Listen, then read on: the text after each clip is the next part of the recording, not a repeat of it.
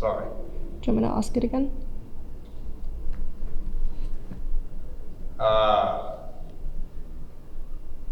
Sorry, I had pre-workout in the locker room thinking we were going to train, and now I'm like fucking feeling crazy, so like my brain is a bit... Sorry, one sec. What's up, with Speed? We're here with Good Sport Magazine. On tour, the mode is literally improvisation. You just got to get the workout in, and it's not about making progress or anything like that. It's about maintaining. You're fatigued, you're often not getting enough sleep, so you have to be a little bit more flexible with it. Working out in a hotel gym or something, even if you can just hit a treadmill for like half an hour, I think. Playing drums every night is quite taxing, and it's a workout in itself. So in between shows and practice and everything, I have this like hook thing. I'm usually digging into my shoulders because that gets really tight.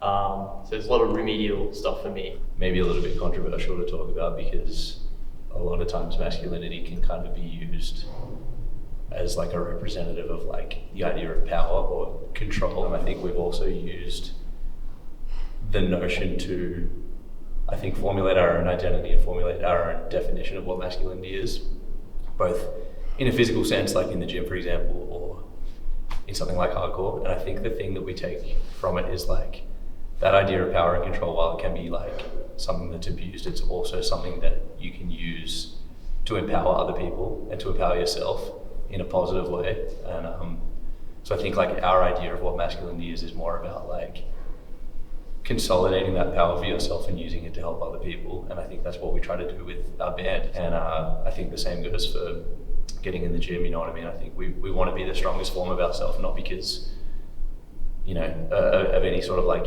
egotistical sense. I think it's more just like we want to be the best version of ourselves because that is the best version of ourselves for other people around us as well.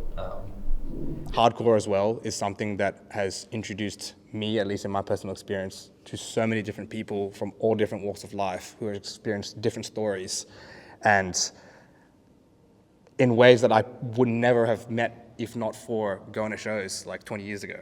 And I think with that comes this awareness of, again, different people's experiences. And with something like masculinity and the way that fits into spaces such as hardcore and gym culture, which can be very hyper-masculine. When Speed talk about things like being hard and championing your identity and being strong, we're talking about being the best version of ourselves, which means being true to your convictions and also challenging yourself to be the better man, challenging yourself to step up when the situations are difficult, which means recognizing and having empathy.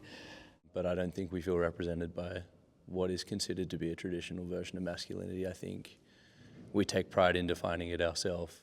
Hardcore by nature is already outside of music, but being in Australia, we have a massive underdog mentality when it comes to making hardcore because for the longest time, the rest of the world has never really paid any attention to what's happening down here. It's not really been known as a destination for hardcore music, even though there's a few decades of history behind it now.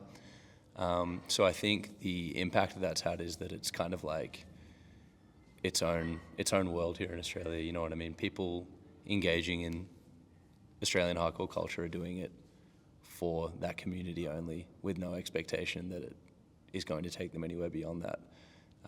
I think all of the bands, all of the labels, photographers, people that run zines, you know, all the different people that contribute to what makes it what it is, use the approval of the community that they're in as kind of the benchmark for whether they're doing a good job or not. And I think it is very unique to us because we're the only people that can really tell the story of Australian hardcore, you know, people that are actually in it.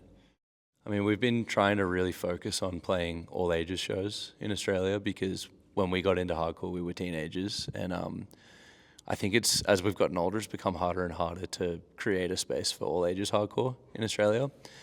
But we've been really actively trying to do it with the last couple of tours that we've done. And we played, on our album tour last year in Melbourne, we played an all ages show. And at the end of the set, there was like a bunch of like younger kids that got up and were like helping sing some of the songs with us. And Jem shared something the other day. One of those kids, that was his first hardcore show ever a year ago. And now in that time, he's like become straight edge. All of his friends are like into it. Like he's just a full on converted hardcore kid now.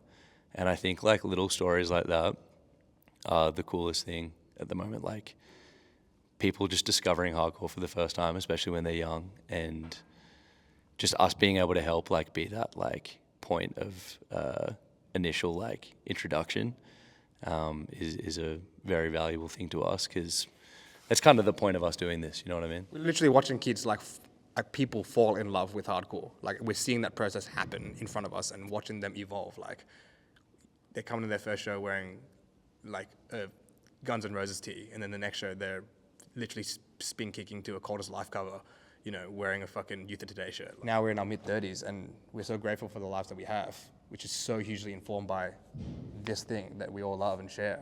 So to see that happen in other people's lives, like, is the most fulfilling aspect.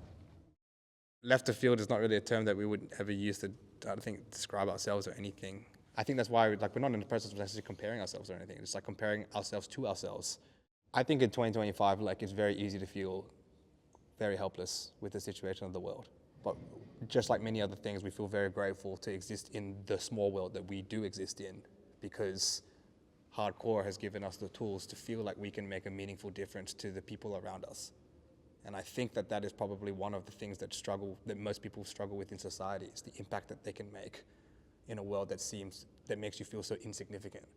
Whereas with something like hardcore, where it's so about the do-it-yourself approach, the barriers of accessibility are so low. Like anyone can really pick up an instrument, anyone can really mosh, anyone can come to a show, anyone with enough time and enough heart can take the time to learn about the ethics and the culture and make a really meaningful difference on the community in front of them. And I think this aspect of community, without throwing out a fucking trigger word or another trope word, I meant to say out there, like, it's the most important thing in our lives right now is to feel that we're not alone and that we have shared ideals with other people who see the world the same way we do. First song of a new record comes out next week. We were on tour recently in Australia and we shot a video for one of the songs from the new record while we were down in Melbourne. And so the next night we just decided, like, impromptu, we might just play it. It doesn't come out until like late October, but we just decided that we were gonna throw that in, and that was very fun to just like test it out for the first time. Thank you.